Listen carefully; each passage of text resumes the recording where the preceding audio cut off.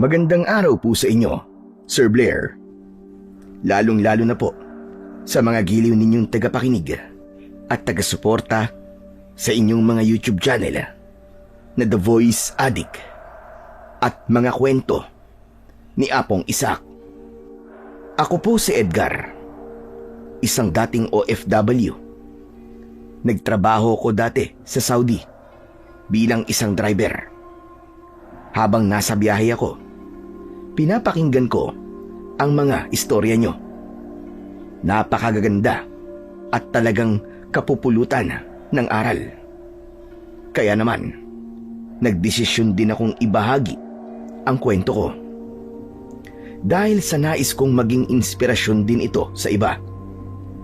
Hindi rin biro ang mga pinagdaanan ko na talaga namang nagpatibay sa akin bilang tao, anak at kapatid. Nangyari ang aking ikikwento nung kababalik ko pa lang galing Saudi. Nahuli ako ng isang araw sa libing ng tatay ko. Kaya kinabukasan ay nagtungo kami ng nanay ko sa puntod niya. Subalit nang dumating kami doon, may kunsinong humukay sa puntod niya. Nais naming ipalibing muli si tatay, ngunit may pumatay sa taong inutusan namin. Hanggang sa nagpadala ulit si kapitan ng taong gagawa nun. Subalit katulad sa una, pinatay din sila. Dito na ako nagkaroon ng maraming hinala sa kung sino ang totoong salarin. Dito na din nagsimula ang maraming kababalaghang hindi ko inakalang mangyayari. Upang mas higit na maunawaan ang kwento ko, ibabahagi ko na ito sa inyo. Muli, ako si Edgar at ito ang aking kwento. Anak, patawarin mo ko kung hindi ka na namin nahintay. Kahapon ay nailibing na namin ang tatay mo. Hindi ko man lang nakita si tatay. Kahit sa uling sandali niya. Bakit ba kasi ngayon ka lang? Di ba kahapon pa dapat ang dating mo dito sa probinsya? Nay, na-delay po ang flight ko eh. Kaya ngayon lang ako nakauwi. Hindi ka ba nagpaalam agad sa employer mo? Nagpaalam naman po. Kaya lang hindi naman po kagad na pagbigyan. Alam niyo naman po sa Saudi. Di ba gano'n naman talaga ang patakaran doon. Hindi ganun kadali ang proseso ng pag-uwi. Lalo na't madalian. Paano yan? Nailibing na kahapon ang tatay mo. Wala na po tayong magagawa, Nay. Pero kung gusto mo, anak, puntahan natin bukas ang libingan ng tatay mo. Para naman kahit papano, makapagpaalam ka pa rin sa kanya. Opo, Nay. Kung alam niyo lang, Nay, miss na miss ko na kayo ni tatay. Alam ko yun, anak. Kaya nga nahihiya ako sa iyo. Dahil sa kinailangan mo magtrabaho sa malayo para lang matulungan mo kami at ang mga kapatid mo. Wala po yun, Nay. Pamilya tayo eh. At ang pamilya, dapat nagtutulungan. Nagdadamayan. Hindi ka na rin nakapag-asawa, anak. Pasensya ka na talaga. Alam mo bang, yun ang huling habilin ng tatay mo? Na sana raw ay makahanap ka na ng mapapangasawa mo para may mag-aalaga na sa'yo. Hindi puro pagtulong sa amin ang inaatupag mo. Ang tatay talaga. Kahit mamamatay na siya, ako pa din ang inaalala niya. Siyempre, ikaw ang malayo sa amin. Alam mo ba, anak, araw-araw nakikita ko ang tatay mo. Tinitignan ang larawan mo. Yung larawan mong nakasabit sa dingding ng bahay natin. May isang larawan din po sa pitaka ko, Nay. Kuha yun bago ako umalis patungo sa Saudi. Gabi-gabi, bago ako matulog, tinitignan ko yun, Nay. Walang araw na hindi kayo nawala sa isip ko. Kasi mahal na mahal ko po kayo. Mahal ka din namin, anak. Kaya hiling ko sa'yo, huwag ka nang umalis. Huwag ka nang bumalik sa Saudi, anak. Dumito ka na lang. Ngunit paano naman po ang trabaho ko, Nay? Dito ka na lang magtrabaho. Marami namang mapapasukan dito. Pero sayang po ang kikitain ko dun eh. Anak, wala na ang tatay mo. Wala nang mag-aasikaso sa naiwang lupain niya sa atin. Ikaw lang ang inaasahan kong mangangalaga ng bukid natin, anak. Pero Nay, hindi sapat ang kita sa bukid para tustusan ang pangangailangan natin. Lalo na po ngayong nasa kolehiyo na ang kapatid kong si Marcos. Anak, kahilingan ito ng tatay mo bago siya mamaalam. Kaya pag-isipan mo mabuti. Nang gabing yon, ay hindi ako dalawin ng antok. Maraming tumatakbo sa isip ko. Una, ay ang kahilingan ni tatay.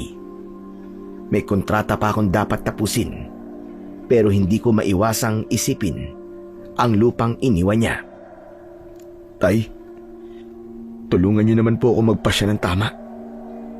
Pakiramdam ko po kasi ngayon, lahat ng responsibilidad naiwan na sa akin. Kinabukasan, maaga pa'y bumangon na ako sa higaan. Gusto kong maagang makapunta sa libingan ni tatay. Nasasabik akong makita siya. Nagulat pa si nanay nang makita niya akong nagpapaapoy na sa aming abuhan para makapagluto. Anak, ako na dyan. Hindi ka na sanay sa gawain yan. Si nanay talaga, oh. Siyempre, kaya ko pa pong gawin to, no? Madudumihan ng mga kamay mo. Ano ka ba? Nay, hindi po sa opisina ang trabaho ko sa Saudi. Driver po ako dun. Minsan nagme-mekaniko rin. Sanay akong madumihan ng mga kamay ko. Habang narito ako, Nay, pagsisilbihan po kita. Ako ang dapat na gumagawa niyan. Nung nabubuhay pa po si tatay, ikaw ang nag-alaga sa kanya. Pati na sa kapatid ko. Hayaan niyo na po akong pagsilbihan ka, kahit ngayon lang po. Hay nako. Sige na nga, ikaw ang bahala. Pero naisip ko lang, sayang, at hindi mo na yan magagawa sa tatay mo. Nay, tama na nga po yan. Malulungkot lang kayo eh. Tama na sa mga panghihinayang. Tanggapin na po natin na wala na si tatay. Para hindi na po siya mahirapan. Kung sa bagay tama ka. Ay nako, ewan ko ba. Nagiging emosyonal lang ako, anak. Pareho kasi kayo ng tatay mo. Malambing at maasikaso. Yan talaga ang mamimiss ko sa kanya. Matapos na makapag-almusal, nagtungo na kami ni nanay sa sementeryo. Hindi na namin isanama si Marcos dahil tulog pa siya. Hinayaan na namin ni nanay na magpahinga muna siya. Mula kasi sa burol hanggang sa mailibing si tatay ay siya ang punong abala. Habang nasa loob kami ng sasakyang jeep, bumabalik sa alaala ko ang mga sandaling nakasama ko ang tatay ko. Napakabait niya sa amin ng kapatid ko. Malambing at mapagmahal kay nanay. Kaya nga labis ang lungkot ko nang ibalita nila sa akin na wala na nga si tatay. Umiiyak ka ba, anak? Hindi, Nay. Hindi po. Anong hindi? Kanina ka pa singhot ng singhot dyan. Paano kasi, Nay? Hindi ko mapigilan ng emosyon ko eh. Naiisip ko po si tatay. Naiintindihan kita, anak. Ganyan din ang nararamdaman ko ngayon. Malapit na po ba tayo sa sementeryo? Oo, anak. Sa susunod na kanto papasok doon. Naroon na ang sementeryo. Pagbaba namin sa jeep, tanaw namin ang kumpol ng taong nakapalibot sa isang puntod. Hunot noong tinitigan ni nanay ang kumpol ng mga tao. Ipinagtaka ko ang reaksyon niyang yon, kaya hindi ko naiwasang magtanong. Nay, bakit po? May problema po ba? Anak, kasi sa pagkakatanda ko, puntod ng tatay mo ang pinapalibutan ng mga taong yon. Ho? Aba, bakit naman po sila pupunta sa puntod ni tatay? Hindi ko rin alam, anak. Mabuti pa bilisan na nating maglakad. Habang papalapit kami sa puntod ni tatay, labis ang kaba ko na hindi ko mawari. Hanggang sa tuluyan na kaming makalapit sa kumpol ng mga tao. Isang lalaki ang agad na lumapit sa amin ni nanay. Ale, hindi ba ikaw ang asawa ng lalaking nakalibing sa puntod na ito? Ako nga ho. Ano nangyari? Bakit nagkakagulong mga tao? Mangyaring naabutan namin bukas ang puntod ng asawa nyo. Anong sabi mo? Bukas ang puntod ng asawa ko? Abay, paano nangyari yon? Hindi ko din po alam eh. Naabutan na lang namin na ganyan na yan. Anong hindi mo alam? Natatandaan ko ikaw sa pulturero na kausap ko kahapon. Baka naman hindi nyo inayos ang trabaho nyo. Kaya nangyari yan.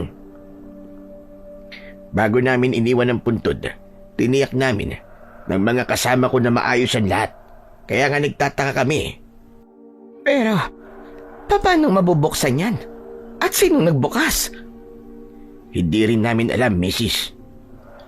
Hindi na ako nakatiis ng mga sandaling yon. Nakiusap ako sa ilang tao na padaanin ako upang makita ko ang puntod ni tatay. Durog na durog ang puso ko sa nakita ko. Bukas nga ang puntod ni tatay at ang bangkay niya halos hindi na makilala dahil sa wakwak ang kanyang dibdib, pati na ang tiyan niya. Doon na bumuhos ang emosyong kanina ko pa pinipigilan na may kasamang galit. Sinong masamang taong gumawa nito sa tatay ko? Napakawalang puso. Patay na nga. Nilapastangan pa ang katawan niya. Hindi ko talaga alam kung ano nangyari sa kanya. Maniwala kayo sa akin. Kundi ikaw, baka ang mga kasamaan mo. Walang dahilan para gawin nila yan. Maniwala naman kayo. Wala kaming kinalaman dyan. Meron. Suot ng asawa ko ang singsing pangkasal namin kahapon. Pero ngayon wala na yon sa kanya daliri. Tiyak na pagdanakaw ang dahilan ng kalapastangan ito. Hindi ko magagawang pagnakawan ng mga puntod dito. Matagal na ako nagtatrabaho dito, Mrs. Abay kahit minsan, hindi ko tilangkang gumawa ng masama. Maniwala kayo sa akin. Kung hindi pagnanakaw, paano mong ipapaliwanag ang pangyayaring ito? Sige nga. Hindi ko talaga alam. Pero, hayaan nyo. Aayusin ko na lang ulit ang libingan niya. Kakapalan ko lagay ng simento sa bawat paligid ng kabaong niya upang hindi yung basta-basta mabuksan ng kung sino lang. Gawin mo. Hindi kami dito aalis hanggat hindi mo natatapos ang trabaho mo.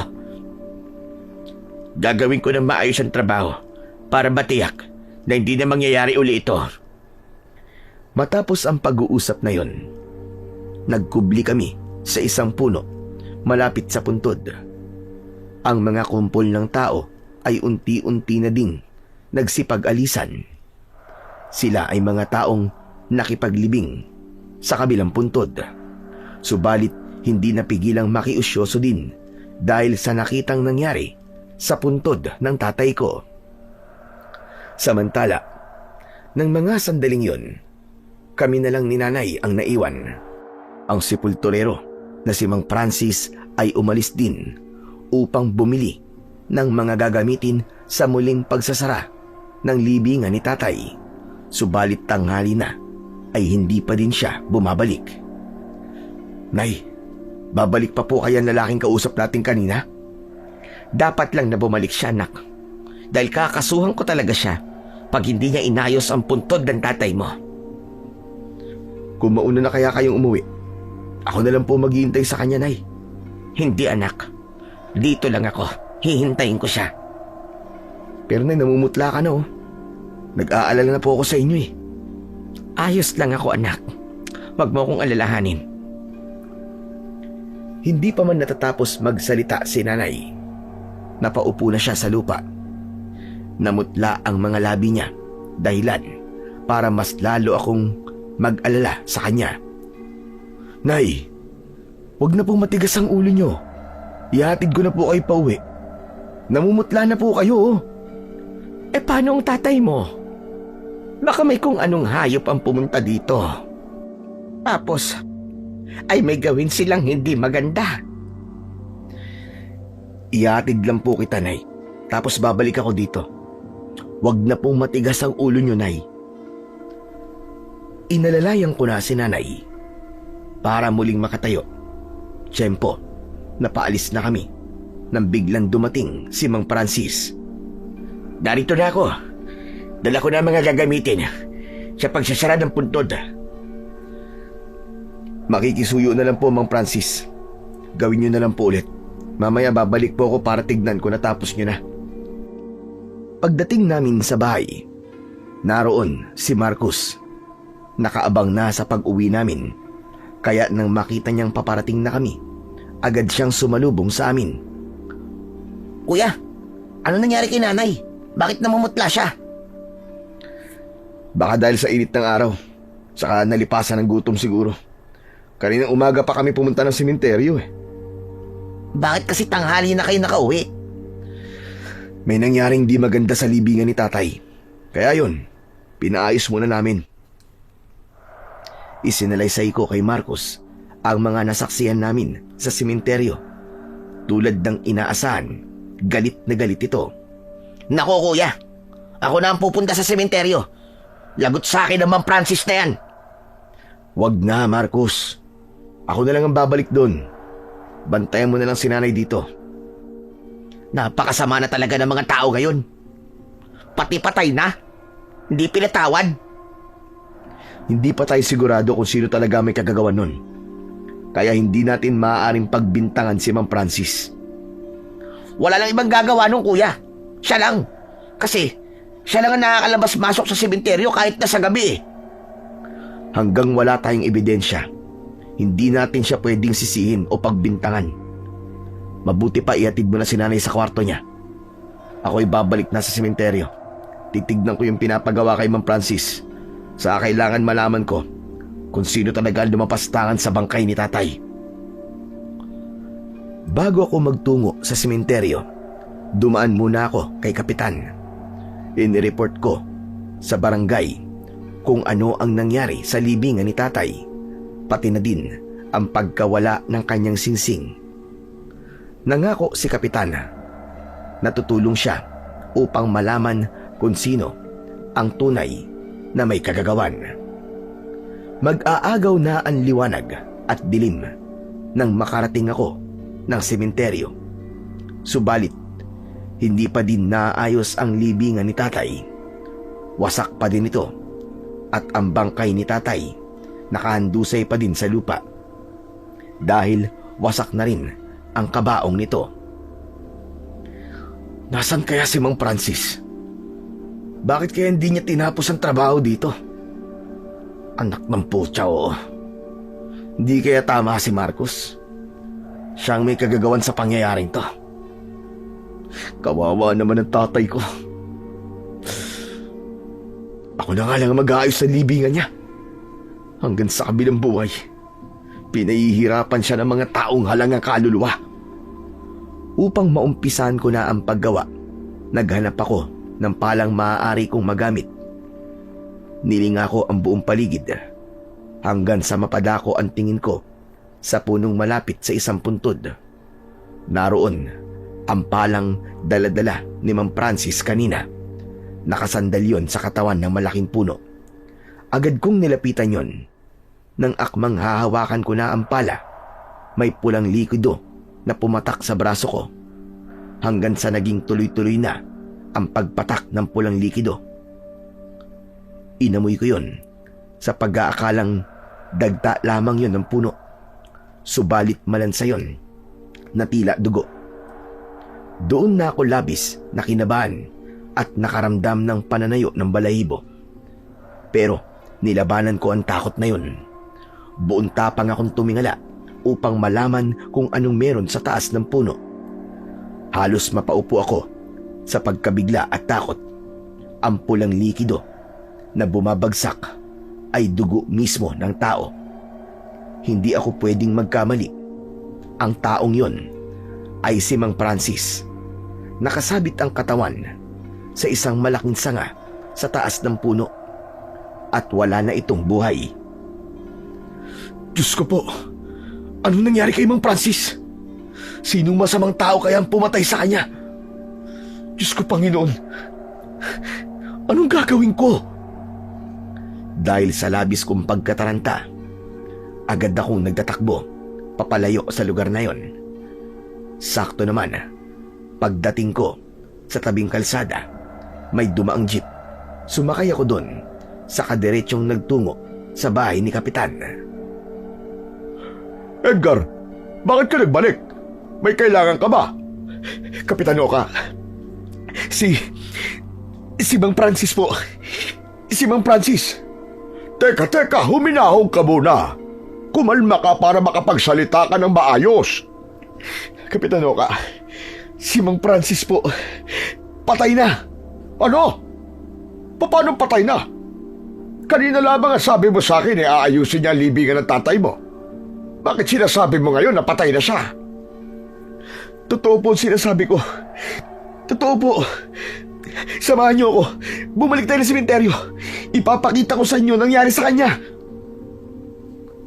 Pagdating namin sa sementeryo, agad kong dinala si Kapitan sa libingan ng tatay ko. Ganun pa din ang lagay niya kung paano ko siyang iniwan. Samantalang si Mang Francis kanina ay nasa taas siya ng puno. Subalit ngayon ay nakahandusay na ang dugoang katawan sa lupa. Hindi na siya nakasabit sa sanga ng puno gaya ng nakita ko.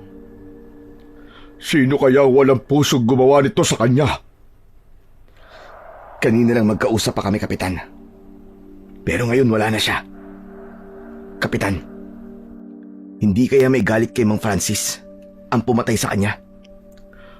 Paano mo naman nasabi yan, Edgar? Kasi po grabe ang ginawa nila eh. Tignan niyo naman, winakwak ang dibdib at kinuha ang puso. Yung atay wala na rin. Lahat ng laman loob niya wala na.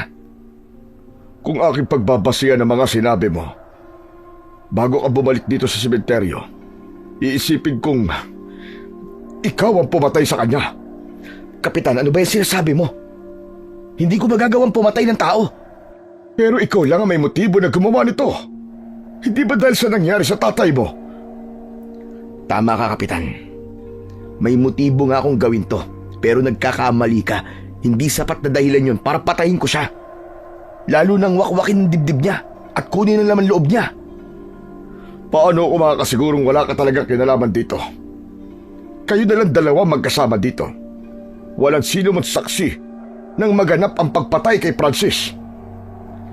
Kapitan, malinis ang konsensya ko.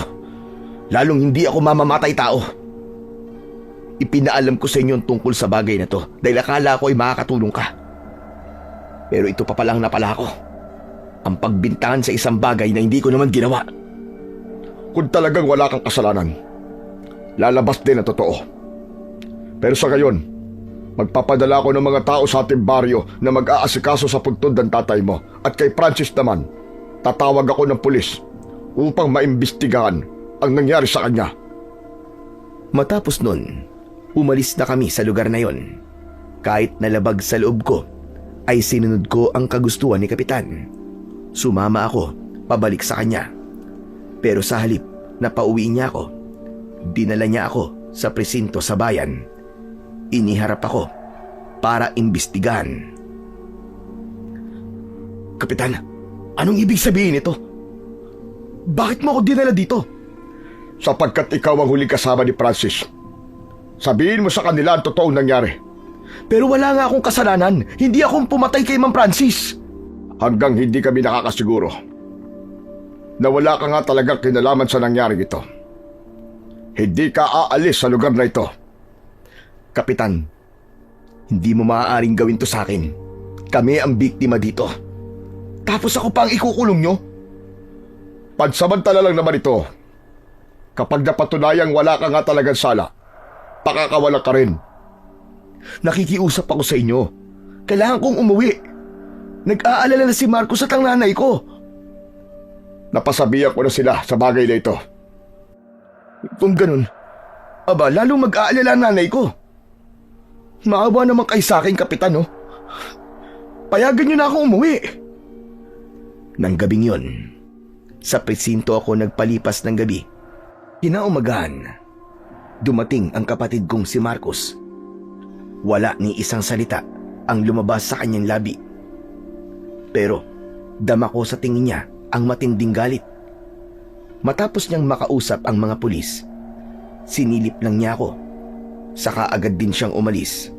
Ilang sandali pa ay dumating na din si nanay. Bakas sa mukha niya ang labis na pag-aalala. Halos patakbo siyang lumapit sa akin, saka hinawakan ang mga kamay ko. Ayos ka lang ba dito, anak? Hindi ka ba nila sinaktan dito? Ayos lang ako, Nay. Hindi lang ako makatulog ng maayos. Dahil inaalala ko kayo ni Marcos eh. Huwag mo kaming alalahanin. Ang sarili mo ang isipin mo. Ano bang nangyari? Bakit ikaw ang sinasabi nilang pumatay kay Francis? Di ko nga rin po alam, Nay. Alam kong hindi mo kayang gawin yon, anak. Isinalaysay ko kay nanay ang nangyari. Maging siya ay hindi makapaniwala. Tulad ko, umusbong din ang galit sa dibdib niya. Mga walang hiya sila. Tayo na nga ang biktima. Ikaw pa ang pinaghinalaan. Mga hayop sila. Mga hayop. Nay, kumalma lang po kayo. Baka kung ano pa ang mangyari sa inyo eh. Paano kung kakalma? Kung hanggang ngayon, andito ka pa din. Nay, lalabas din po ang totoo. Maghintay lang tayo. Wala pa silang sinasabing kaso ko, kaya may pag-asa pa. Sana nga, anak. Kasi hindi ko kakayaning tuluyang kang ikulong nila. Kahit anong sabi ko sa nanay ko na umuwi na, nanatili pa din siya sa presinto, nag-aantay sa mga susunod na mangyayari. Bandang pananghali, dumating si Kapitan. Bakas sa mukha nito ang lungkot at labis na pag-aalala. Agad siyang lumapit sa mga pulis. Saka may kung anong kinuha sa mga yon. Habang papalapit siya sa kinaroroonan ko, sunod-sunod na buntong hininga ang pinakawalan ko. Naroon din ang pag-aalala. Pagtapat niya sa pintuan ng selda, inilabas niya ang susi, saka tuluyang binuksan ang selda. Makakauwi ka na, Edgar. Talaga po makakauwi na ako, Kapitan? Naku, salamat sa Diyos. Akala ko talaga mabubulok na ako dito eh. Kagabi sinabi ko sa'yo magpapadala ako ng tao sa sementeryo, hindi ba? Oo, Kapitan. Naalala ko po, sinabi niyo nga yun. Kaninang umaga, may natagpuan silang patay. Kung paanong namatay si Francis, ganun din ang paraan ng kanilang pagkamatay. Anak ng putya. Kung ganun may gumagalang masasamang loob sa baryong to. Yan din ang nasa isip ko, Edgar. Kaya nga patawarin mo ko kung pinagbintangan kita kagad. Tapos na po yung Kapitan. Ang mahalaga ngayon, makakauwi na po ako. Meron lang sana ako sa iyong ipapakiusap. Ano ho yung Kapitan? Maaari mo ba akong tulugan mahanap ang masasamang taong pumapatay sa baryo natin? Oo, Kapitan. Makakaasa po kayo. Habang nandito ako, tutulong po ako sa inyo. Kailangan mahuli natin agad ang masasamang nilalang na yun. May pakiramdam kasi akong hindi ordinaryong tao ang gumagawa nito. Bakit niyo naman po nasabi yan? Dahil sa paraan ng pagpatay niya, wakwak ang dibdib, labas sa mga bituka. Higit sa lahat, wala ng puso at atay ang kanyang biktima. May duda ako, Edgar. Aswang ang pumapatay sa baryo natin. Aswang po? Meron pa bang ganun sa panahon natin? Yan ang duda ko. Pero hindi pa naman ako sigurado. Kung aswang po ang gumagawa nun, bakit pati ang tatay ko? Patay na po siya. Sa pagkakaalam ko galing sa mga buhay na tao lang ang kinakain nilang lamang loob. Yan din nga ang isang palaisipan sa akin. Talagang nakapagtataka. Dahil sa tagal ng panahon, ngayon lang ulit nagkaroon ng ganitong pagpatay sa baryo natin. Sandali lang, Kapitan. Sasabat na ako sa usapan niyo ng anak ko. May gusto lamang akong sabihin. Ano yun, Puring? May naiisip akong paraan para malaman natin kung sino ang totoong salarin. Paano, Puring? May naiwang medalyon ng asawa ko. Baka makatulong yon. Medalyon baka mo? Oo, Kapitan Oka. Ang medalyon na yon ay minana pa ng asawa ko sa tatay niya. Kaya natitiyak kong makapangyarihan yon at malaki ang maitutulong. Abay kung ganun, huwag na tayo magsayang ng panahon sapagkat dumarami ng napapaslang. Nagdudulot na ito ng matinding takot sa mga tao sa baryo. Hindi na kami nagtagal pa sa presinto. Umuwi na din kami kagad ni nanay, kasama si Kapitan. Pagkarating namin sa bahay, isang maliit na baul ang inilabas ni nanay. Sa loob nito ay ang isang napakagandang medalyon. Sa buong buhay ko, noon lamang ako nakakita ng ganun. Hindi ko alam na may itinatagong ganun si nanay. At nasa loob lang pala ng bahay namin. Labis ako namanga sa kakaibang disenyo ng medalyon. Bawat nakaukit dito ay detalyado.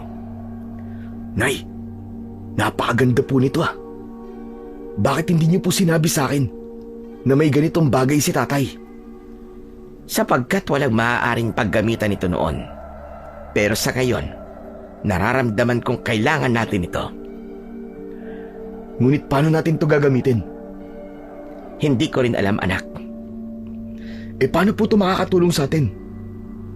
Kung hindi ko naman alam kung paano to gagamitin. Baka may kasama pa po tong kahit na ano dyan sa loob ng baul, Nay. Baka meron dyang bagay na maaaring malaman natin kung paano gagamitin ang medalyong to. Muling tumingin si nanay sa baul. Doon niya napansin ang isang tela na nakatiklop. Nang kunin niya yon, doon na tumambad sa amin ang isang libro. Sa ilalim ng tela, naroon ang libro. Kinuha yun ni nanay, saka iniabot sa akin. Isa-isa kong binuklat ang bawat pahina. Ngunit wala akong naintindihan sa mga nakasulat. Nay, paano ko magagamit ang librong to? Ibang wika ang nakasulat dito eh. Hindi ko po ito naiintindihan. Anak, maging ako man ay hindi ko rin yan naiintindihan. Kapitan Oka, baka matutulungan niyo kami sa bagay na ito. Inabot ko kay Kapitan Oka ang libro.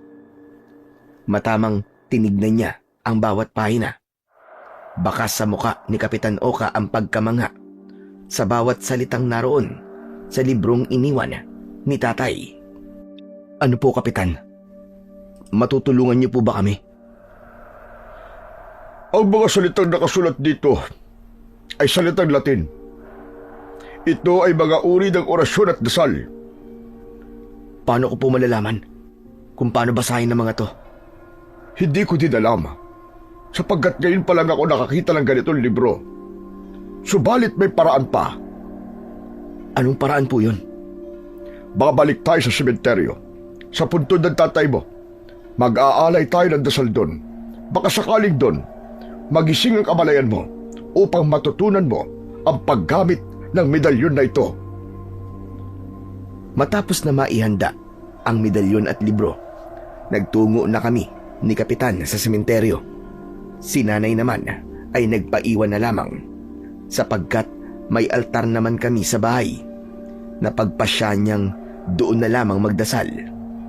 Bago mag-alas 6 ng gabi, nagtungo na kami ni Kapitan sa sementeryo.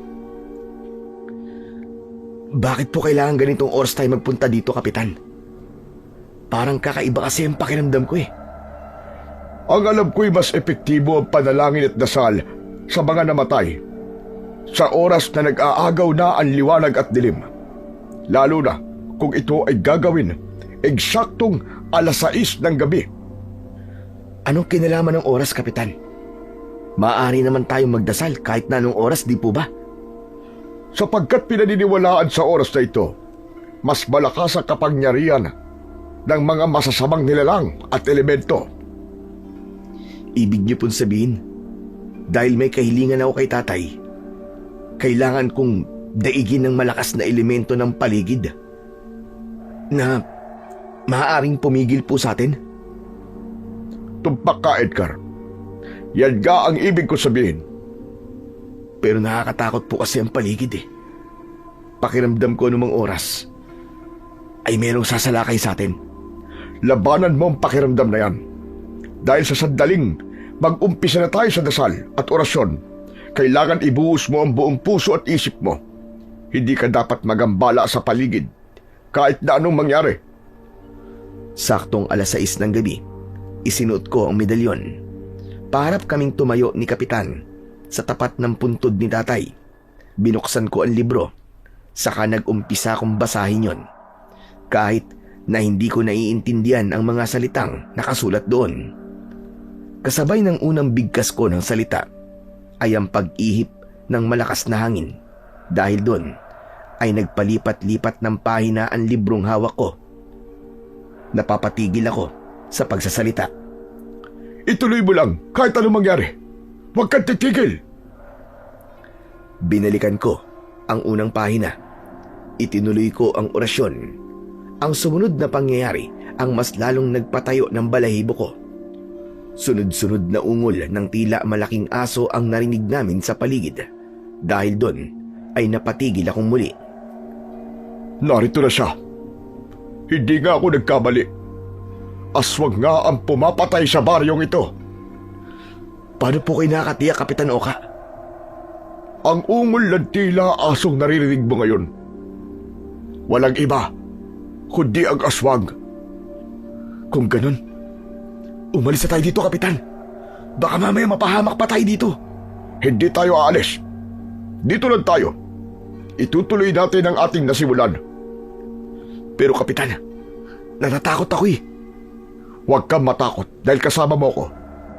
Isa pa, ito lang ang tanging paraan para maisalid ng iyong ama ang kanyang kaalaman sa medalyon. Sige, ipikit mo lang yung mga mata. Sabihin mo ang katagang binigkas mo kanina. Isipin mo, nakaharap mo ang iyong ama ngayon. Buhay na buhay siya sa iyong paligid. Kausapin mo siya. Tahimik na hilingin sa kanya ang pakay mo. Ulit-ulitin mo. Habang nagsasalita si Kapitan, pinakikinggan ko yun at pinag-iisipan. Kaya hindi ko inalintana ang mga nangyayari sa paligid ko. Kahit na tila nararamdaman kong tila lumalapit sa aming kinaroroonan ang alulong ng aso. Nagpatuloy ako hanggang sa makita ko sa isipan ko si tatay. Nakatingin siya sa harapan ko.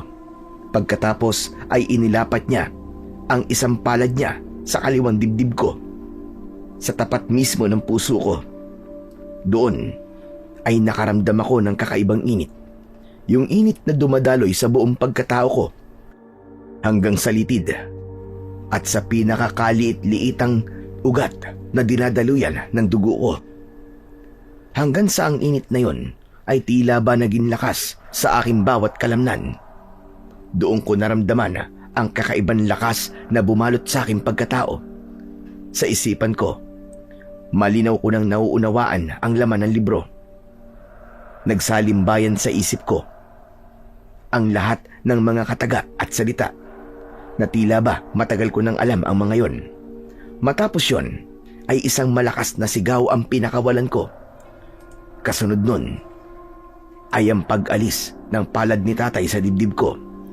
Pagkatapos ay unti-unti na siyang naglaho sa isipan ko. Doon, iminulat ko na ang mga mata ko. Kasabay ng pagmulat ng mga mata ko, ang pagtigil ng malakas na hangin sa paligid ko. Sa tapat ko, sa kabilang bahagi ng puntod ni tatay, isang matandang lalaki ang naroon. Hindi ko alam kung saan siya galing. Matiim ang tingin na ipinupukol sa akin. Samantalang si Kapitan ay nakatingin lang din sa kanya. Baka sa mukha nito ang takot at pangamba. Mga senyo, papanong? Ako nga, Oka. Dito ba, Ari? Abay, patay ka na. Paano ka muling nabuhay? Dahil dumating na ang takdang oras para muling bumangon ng mga aswang na pinatay na gaya namin. Dahil may misyon kaming dapat tapusin at hindi nyo maaaring hadlakan yon. Sino siya, Kapitan? Siya ay isang aswang na napatay ng lolo Hugo mo noon. Tandang-tanda ko pa lahat. Kung paano nakipaglaban ng lolo mo laban kay Mang Arsenio. Tama ka, Oka. Ngayon, ang apo ng taong pumatay sa akin ang nagtatangkang pigilan ako sa aking muling pagkabuhay. Sapagkat ang gaya mo ay walang puwang sa mundong ito. Bakit? Bakit, Oka? Tingin mo ba ay kaya ko ng batang uhugin na yan? Nagkakamali ka. Dahil ito na ang magandang pagkakataon para makaganti ako sa kadugo ng taong pumatay sa akin.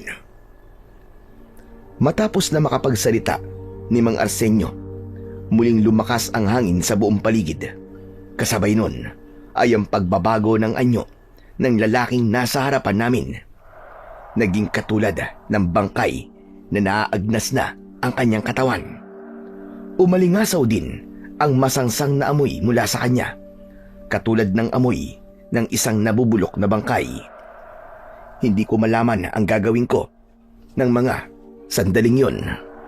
Magkahalong takot at kaba ang nararamdaman ko. Gamitin mo ang medalyon, Edgar! Labanan mo siya! Paano ko po gagawin yun? Ang orasyon at dasal na nasa libro, maaaring yun ang susi para magamit mong medalyon. Paulit-ulit mong bigkasin ang mga yon. Bilisan mo! Pero hindi ko mabuksan ang libro. Tila may pumipigil na puwersa upang gawin yun. Ipikit mo ang iyong mga mata. Pagkatapos ay hawakan mo ang iyong medalyon. Saka alalahanin mo mabuti ang bawat katagang binigkas mo kanina. Sinunod ko ang sinabi ni Kapitan. Ipinikit ko ang aking mga mata. Pagkatapos ay binigkas ang mga orasyon at dasal na nabasa ko sa libro. Paulit-ulit, walang tigil, hanggang makaramdam ako ng kakaibang lakas. Nagmumula yon sa medalyong suot ko. Tama yan, Edgar. Ituloy mo lang ang ginagawa mo. Ang bawat ingay sa paligid ko ay malinaw ko nang naririnig, kahit nasa malayo sila. Hanggang sa maramdaman ko ang pag-iisa ng puso at isip ko sa medalyong suot ko. Doon na ako muling nagmulat ng mga mata. Humanda ka sa akin ngayon, dahil ngayon pa lang tatapusin ko na ang mga masasamang plano mo. Hindi ito maaari. Walang pwedeng sumira sa mga plano ko. Anong hindi maaari? Maaari! Katapusan mo na! Nang sandaling to, ay nakahanda na akong salakayin ang masamang nilalang. Subalit nagbago ito ng anyo. Naging malaking ibon ito, mas malaki kaysa sa ibong panggabi. Lumipad sa ulunan ko, saka tinangka kong hilahin. Subalit nahawakan ko ang isang paa niya. Nataranta ito sa pagkakahawa ko. Kaya pilit na ikinampay ang kanyang mga pakpak upang makatakas sa pagkakahawa ko. Ngunit dahil sadyang malakas siya, nabitiwan ko ang paa niya. Pagkatapos nun, ay lumipad ito ng mataas, papalayo sa lugar ko. Bumalik ka dito! Huwag kang duwag! Tama na. Tama na, Edgar. Pabayaan mo na siya. Ngunit paano kung may ibang mabiktima na naman ang aswang na yun? Yan din ang inaalala ko. Kaya lamang, hindi pa sapat ang lakas at kakayahan mo sa ngayon. Kahit na hindi pa ako handa, lalabanan ko siya, Kapitan, para wala na siyang mabiktima at wala nang buhay ang mawala. Hayaan mo. Bukas na bukas din, magpapakalat ako ng anunsyo sa buong baryo ukol sa nangyaring ito para lahat ay makapag-ingat. Pero sa ngayon, kailangan na nating umalis sa lugar na ito pagkat hindi natin alam kung mag-isa lang ba ang aswang na yun o baka may iba pa siyang kasamahan. Napaisip ako sa sinabing yun ni Kapitan. Baka nga may kasama pa si Mang Arsenio. Pagkatapos, sabay-sabay na umatake sa amin. Baka mapahama kami sa lugar na yon. Kaya naman, hindi na ako kumontra pa kay Kapitan. Umalis na din kami kagad sa lugar na yon. Pagdating sa bahay, naabutan ko si nanay. Nakaluhod pa rin siya sa altar. Walang tigil sa pagdarasal. Nang makita niyang dumating na kami ni Kapitan, tumayo siya at saka sumalubong sa amin sa pintuan. Kumusta anak? Ano nangyari? Nagtagumpay ba kayo? Opo, Nay. Nagtagumpay po kami ni Kapitan. Magagamit ko na po ang medalyon. Makakatulong na po ito sa atin para labanan ng mga aswang. Kung ganun, totoo ngang may aswang? Oo, Puring. At nakalaban siya kanina ng anak mo. Amalanhig ang tawag sa nakalaban mo kanina, Edgar. Amalanhig ba ka mo, Kapitan? Tama ka. Sila yung mga aswang na namatay na. Ngunit muling nabuhay, katulad ng isang tao. Paano niya nagawang mabuhay muli? Hindi ko lang tiyak. Pero may duda akong may kinalaman yon sa pagkain niya sa laman ng mga taong namatay na.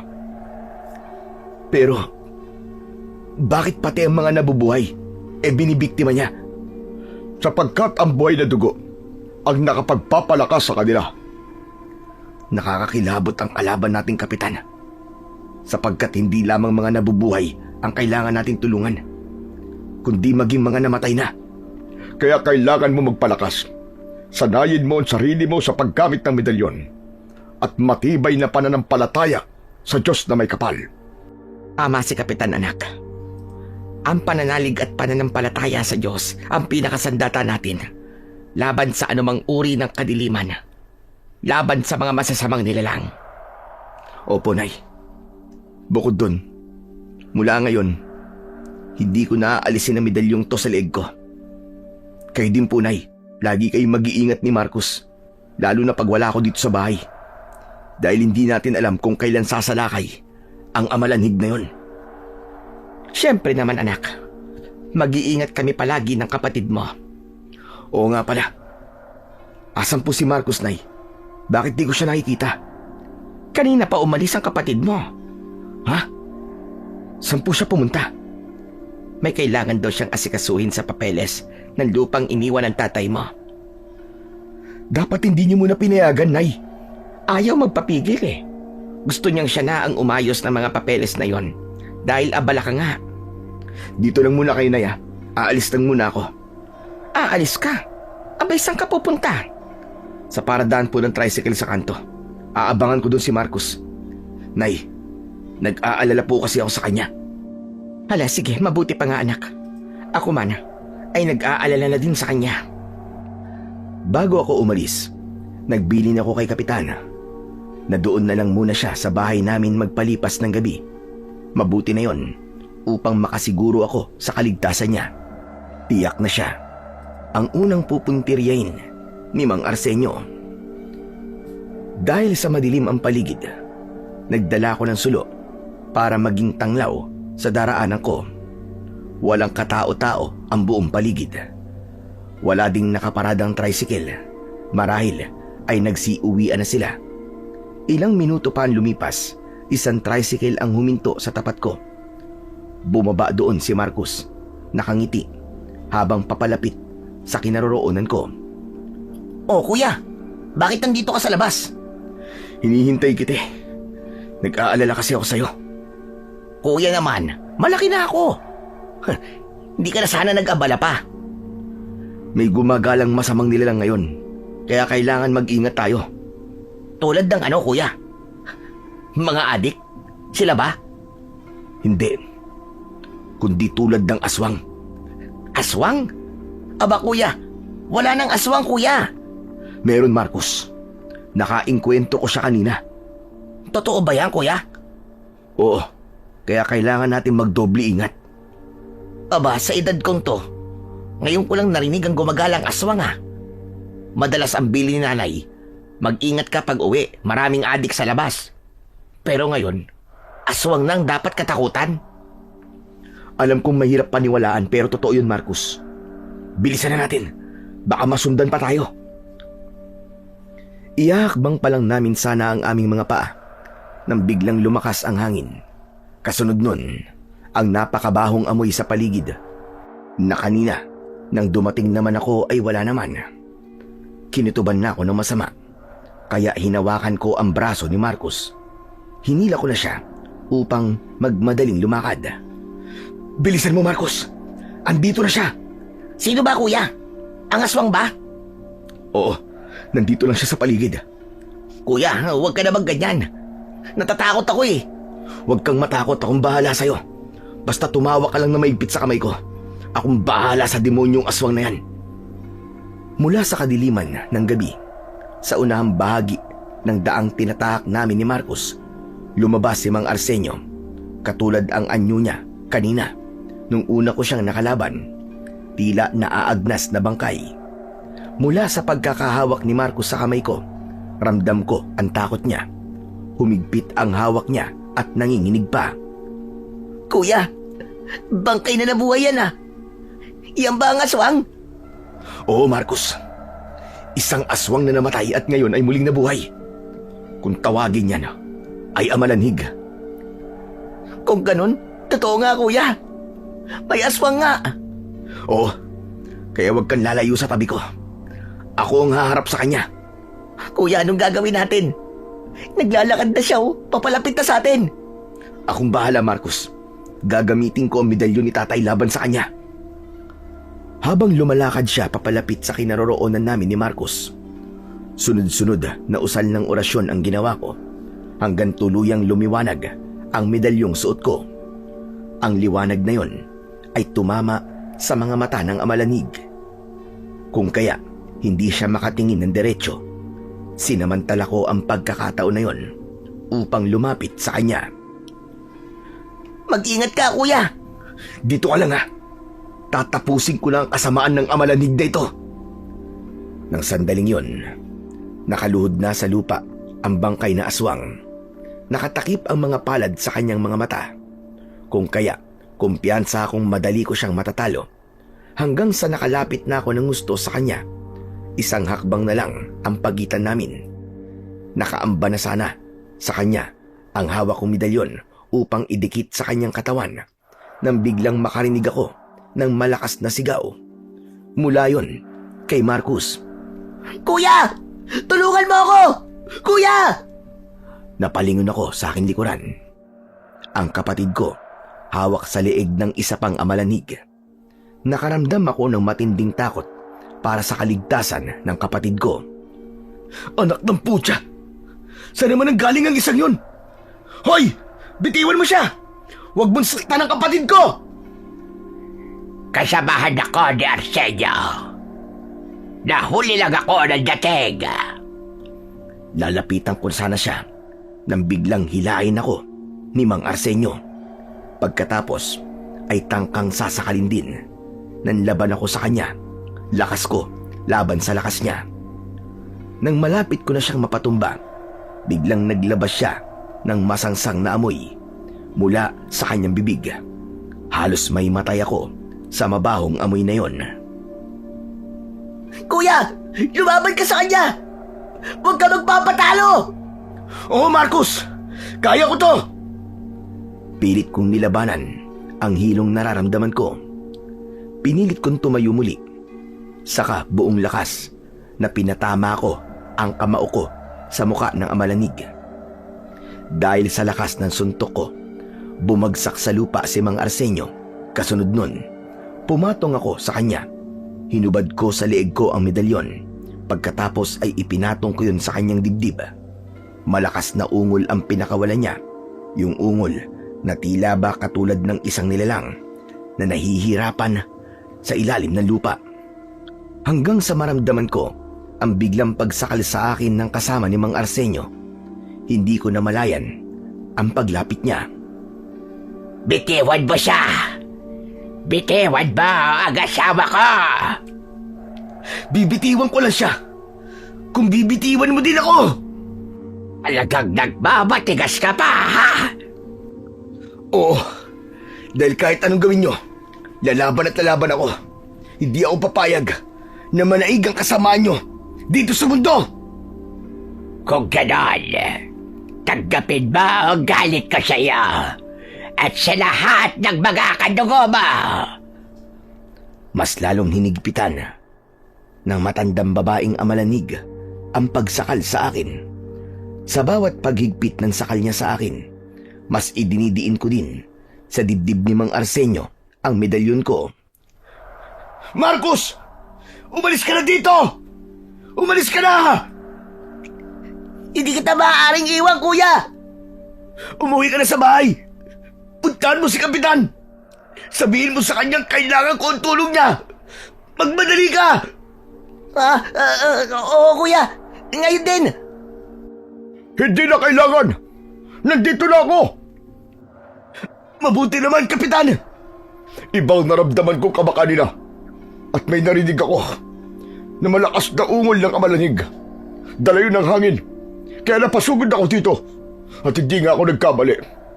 Nanggugulo nga siya. Kayo! Bitiwan niyo siya! Hindi! Papatayin ko siya! Pati na ang lahat ng mga kadugo niya! Ayaw mo ha? Talagang ginagalit mo kami. Pwes, pasasabugin ko ang ulo mo! Mula sa kinaroroonan ko, nahagip ng paningin ko ang isang baril na hawak ni Kapitan. May nakatago pala itong baril. Itinutok niya yon sa babaeng aswang. Sa kasunod-sunod, nakalabit sa gatilyo ng baril. Umalingaw-ngaw ang sunod-sunod na putok. Buti na lang asintado si Kapitan. Dahil doon, lumuwag ang pagkakahawak niya sa leeg ko. Dahilan para makawala ako sa kanya. Agad akong tumakbo papalapit sa kinaroroonan ni Marcos. Iniwan ko si Mang Arsenio na nakahandusay at halos hindi na gumagalaw dahil sa medalyong hawak ko na ipinatong ko sa dibdib niya. Habang patuloy na pinapuputukan ni Kapitan ang babaeng amalanig, muli kong isinuot ang medalyon sa leeg ko. Ngunit sa kabila ng sunod-sunod na tama ng baril sa aswang na amalanig, hindi pa din siya bumabagsak sa lupa. Akala mo ba ay matatalo mo kami gamit ang sandatang yan? Nagkakamali ka, Oka! Bakit bumalik pa kayo? Patay na kayo! Kaya hindi na kayo dapat nagbalik pa! Bumalik kami upang maghiganti! Wala na ang mga taong pumatay sa inyo. Kaya kanino kayo maghihigante? Hanggang narito pa sa mundong ito, ang mga lahi ng taong pumatay sa amin, babalik kami at uubusin namin silang lahat. Sagad sa buto ang kasamaan mo. Dahil nagkakamatayan, dala-dala nyo ang puot. Puot ng mga tao din ang lumikha. Ang pagkamatay nyo dati, kayo din na may kasalanan nun. Naging masama kayo nung nabubuhay pa kayo. Kaya nga masaklap ang naging kamatayan ninyo. Humingi kami ng pagkakataon para makapagbago. Pero hindi kami pinagbigyan ng pagkakataon. Pinatay pa din nila kami. Tingin mo ba, may pagkakataon pa sa mga gaya niyong maraming pinatay na tao? Edgar, sige na! Tapusin mo na sila! Nakahanda na sana akong tuluyang tapusin ang mga masamang nilalang na yon. Subalit tulad ng unang laban ko kay Mang Arsenio, nagbago din ng anyo katulad sa malaking ibon ang babaeng amalanig. Saka mabilis na lumipad pa itaas. Napatingin ako kay Mang Arsenio. Siya man ay naging isang malaking ibon na rin at lumipad. Buhay pa rin pala siya. Paano nga ba mapapatay ang nilalang na patay na? Ayos ka lang ba, Marcos? Oo, kuya. Ayos lang ako. Ikaw, ayos ka lang ba? Oo. Salamat, Kapitan. Dahil kung di ka dumating, baka napahamak na kami ng kapatid ko. Matindi talaga ang galit ni Mang Arsenio sa lolo nyo. Kaya pati kayo, idinidamay niya. Kaya nga mas magiging mainit kami. Marcos, huwag ka na muna maglalabas ng bahay hanggang hindi ko tuluyang napapatay muli ang mag-asawang Amalanig. Bantayan mo ring mabuti si nanay, lalo na kapag wala ko. Makakaasa ka, kuya. Hindi ko pababayaan si nanay. Hala, sige. Mabuti pa sa bahay nyo na ituloy ang pag-uusap. Baka bumalik pa ang mga demonyong aswang na yon. Kung babalik sila, tutuluyan ko na talaga sila. Nang gabing yon, hindi ako dalawin ng antok. Binabagabag ako ng mga pangyayari sa araw na yon. Ito ang ikalawang araw ko dito sa bahay mula nang umuwi ako galing Saudi. Ngunit pakiramdam ko ay maraming taon na ang lumipas dahil sa daming naganap. Bumangon ako sa pagkakahiga ko, saka nagtungo sa kusina. Kumuha ng isang basong tubig, saka nagtungo ako sa salas. Habang nasa salas ako, nakita ko ang mga nakasabit na larawan sa dingding ng bahay namin. Larawan yon ng buong pamilya namin. Mga masasayang alaala yon nung kumpleto pa kami at buo pa ang pamilya. Pero ngayon, wala na si tatay. Magiging magulo pala dahil may masasamang nilalang mula sa mga patay na nabuhay. Dahil sa naging pagkakamali ng aming mga ninuno, hindi ko napigilang hindi pumatak ang luha ko. Saka, inilapit ang mukha ko sa larawang tangan ko habang tahimik na lumuluha.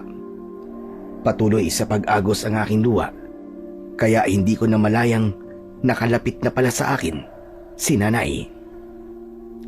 Anak, ayos ka lang ba? Nay, ang totoo hindi ako okay. Miss ko na kasi si tatay. Ako din naman, anak. Miss ko na ang tatay mo. Pero wala na tayong magagawa. Ito na ang naging kapalaran niya. Natatakot ako, Nay. Para saan? Sa mga posibleng mangyari. Ang mga Amalanig, hindi sila titigil hanggat hindi nila tayo napapatay. Naniniwala akong kaya mo silang talunin, anak. Oo, Nay. Gagawin ko ang lahat para tapusin ang mga Amalanig na nais magiganti sa atin. Kailangan mawala sila dahil hindi nila tayo titigilan. Kaya nga po, nakabuo na rin po ako ng pasya. Dahil hindi ko rin kayo maaaring iwan uli. Anong ibig mong sabihin, anak? Hindi na po ako babalik ng Saudi. Talaga, anak? Pero paano ang kontrata mo? Magpapadala na lang po ako ng sulat. Mag-i-email ako sa opisina at magpapatulong ako sa kasama ko para siya magpaliwanag at hindi ako makasuhan ng employer ko dahil di ko tinapos ang kontrata ko. Saka ilang buwan na lang din, matatapos ko na yun. Mas kailangan niyo ako dito, Nay. Lalo na't wala na si tatay. Salamat, anak. Dahil mas mapapanatag ako kapag nandito ka. Kailangan niyo po ako. Higit pa sa pinansyal na bagay. Kailangan niyo po ako para sa kaligtasan niyo. Ayokong pati po kayo ni Marcos ay mawala sa akin dahil sa mga aswang na yun. Salamat, anak. Salamat. Napakabuti mong talaga. Mahal ko po kayo ni Marcos, Nay. Handa akong magsakripisyo para sa inyo na kapatid ko. Handa akong ibuwis ang buhay ko para sa inyong dalawa. Pero anak, paano mo kaya mapapaslang ang mga Amalanig? 2 beses na silang nakatakas sa'yo. Siguro dahil kulang pa ang ginagawa ko para gamitin ang medalyon. Baka naninibago lang ako. Pero may iba pa akong plano kung paano sila matatalo. Bukas paggising ni Kapitan, sasabihin ko po sa kanya, malaki ang maitutulong niya sa ibig kong mangyari. Kaya sa susunod na pagkikita namin ng mga bangkay na aswang na yon, ibabalik ko na sila sa kanilang libingan. Yung hindi na sila makakabangon pang muli. Kinabukasan, Maaga akong bumangon. Kumuha ako ng mga kawayan sa paligid ng bahay namin. Inisa-isa kong linisan ang mga yon. Pagkatapos, hinulma ko yon para lagyan ng tulis ang dulo. Maya-maya pa ay natanaw ko ang paglapit ni Kapitan. Para saan ang mga kawayan na yan? Gagawa po ako ng sibat, Kapitan. Para saan? Para sa pakikipaglaban sa mga amalanig. Kailangan may magamit akong sandata laban sa kanila. Hindi lang ang medalyong to. Pero hindi niya kayang patayin ang mga amalanig. Alam ko, Kapitan. Pero kaya silang masugatan ito. Hindi natin alam gaano ba sila karami. Baka isang pamilya ba sila o isang angkan. Sa bagay, tama ka. Sa natatandaan ko noon, marami silang napatay ng lolo mo. Kaya nga po, mas mabuti nang handa tayo. Ano nga pala ang plano mo? Bala kong bumalik sa sementeryo, Kapitan. Ano ka mo? Abay, bakit ka babalik doon? May duda akong doon ang kanilang pinamumugaran. Yun ang dapat nating unang sirain. Maaaring may altar o dambana sila ron. O pinagdarausan ng orasyon para lumakas ang kanilang kapangyarihan. Paano natin hahanapin yon? Sa kamalawak ang sementeryo na yon. Gamit ang medalyon ko, Kapitan. Ito ang makakatulong natin sa paghahanap sa lungga ng mga amalanig. Ano nga ba talaga ang pinaplano mo, Edgar? Isinalaysay ko kay Kapitan ang mga bala ko. Agad din siyang sumang-ayon. Nangakong tutulong siya sa akin para mapuksa ang lahat ng mga amalanig. Dahil maging siya ay nakakaramdam ng takot para sa mga tao sa baryo. Lalo na kapag magkakasama na silang kumilos. Kinahapunan, yun na ang takdang oras upang isagawa ang plano. Bagamat may konting pangamba sa puso ko, hindi ko hinayaang mamayani yon. Ang lolo ko ay matapang na humarap sa mga aswang noon, kaya dapat yun din ang gawin ko. Pagdating namin sa sementeryo, inilapag ko sa lupa ang medalyon ko, saka umusal ako ng orasyon mula sa libro. Para sa naggagawin mo, Edgar? Inuutusan ko po ang medalyon. Pakiramdaman niya kung narito ba ang mga amalanig at kung saang bahagi ng sementeryo naroon sila. Mukhang alam na alam mo na ang gagawin, ha? Dapat kong subukan ng lahat ng paraan, Kapitan. Pero narito kaya sa lugar na ito ang mga nabuhay na aswang? Sa ngayon wala pa. Hindi sa lugar na ito sila inilibing. Hindi sila nararamdaman ng medalyon. Anong sunod nating gagawin? Aakyat tayo sa mataas na punong to sa tabi ng puntod ni Tatay. Pagkatapos mag-aabang tayo sa mga susunod na mangyayari. Mula sa itaas ng puno, agad nating makikita ang pagdating nila. Gumagabi na ng mga oras na yon. Habang nasa itaas kami ng puno, kita namin ang lawak ng sementeryo. Nakikita rin namin ang katahimikan ng lugar na yon. Subalit may mga ilang puntod na bukas at nakalabas ang mga patay. Naisip kong kagagawan yon ng mga amalanig. Kaya lalong tumindi ang pagnanais kong mapuksa sila. Dahil maging ang mga nananahimik ng patay ay pinakikialaman nila. Patay na nga, ginagawa pa rin nilang biktima. Kanina pa tayo dito. Wala pa ba sila?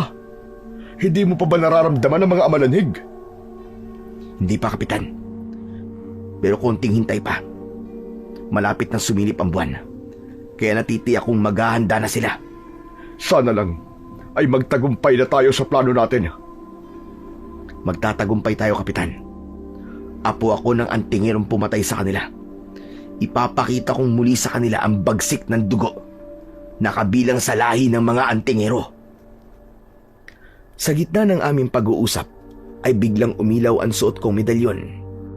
Ibig sabihin nun, nararamdaman niya na ang masamang elemento sa paligid. Kapitan, nandiyan na sila. Paparating na sila. Nasa sila? Hindi ko pa sila natatanaw mula dito sa taas. Hindi ko pa din sila nakikita. Pero nararamdaman ng aking medalyon ang presensya nila. Kailangan na natin maganda, Edgar. Kailangan maunahan natin sila. Nang mga sandaling yon, ay mas lalong tumindi ang liwanag ng medalyon. Kaya natitiyak kong nasa malapit lang sila. Iginala ko ang mga mata ko sa paligid. Subalit hindi ko sila makita. Hanggang sa mapadako ang paningin ko sa hangganan ng sementeryo. Alam kong merong maliit na ilog doon. Sa kabila noon ay ang burol na nagsisilbing pagitan ng dalawang baryo. Ang baryo namin at ang kabilang baryo. Bagamat madilim na ang buong paligid at tanging liwanag lang ng buwan ang nagsisilbing tanglaw, kitang-kita ng dalawang mata ko na may grupo ng mga amalanig na paparating. Hindi lang sila ang mag-asawang Arsenio at Lourdes. Nangilabot ang buong katawan ko dahil tama nga ako ng hinala. Marami nga sila. Isang angkan sila na muling nabuhay upang maghiganti at magasik ng lagim sa mga nabubuhay. Kakayanin ba natin ang dami ng mga amalanig na yan? Kakayanin natin sila, Kapitan. Hindi tayo dapat panghinaan ng loob. Subalit dadalawa lang tayo. Tapos laban sa kanila. Magtiwala kayo sa magagawa ng medalyon. Alam kong may iba pa tong kakayahan. Dahil ito rin ang ginamit ng mga ninuno ko para patayin ang naunang aswang. Kaya uulitin ko lang. Kung sa bagay, tama ka dun, Edgar. Lumapit ka lang sa akin, Kapitan. Ang mga sibat na daladala natin ay babasbasan ko gamit ang medalyon upang lahat ng tamaan nito ay diretso na muli sa kanilang ikalawang kamatayan.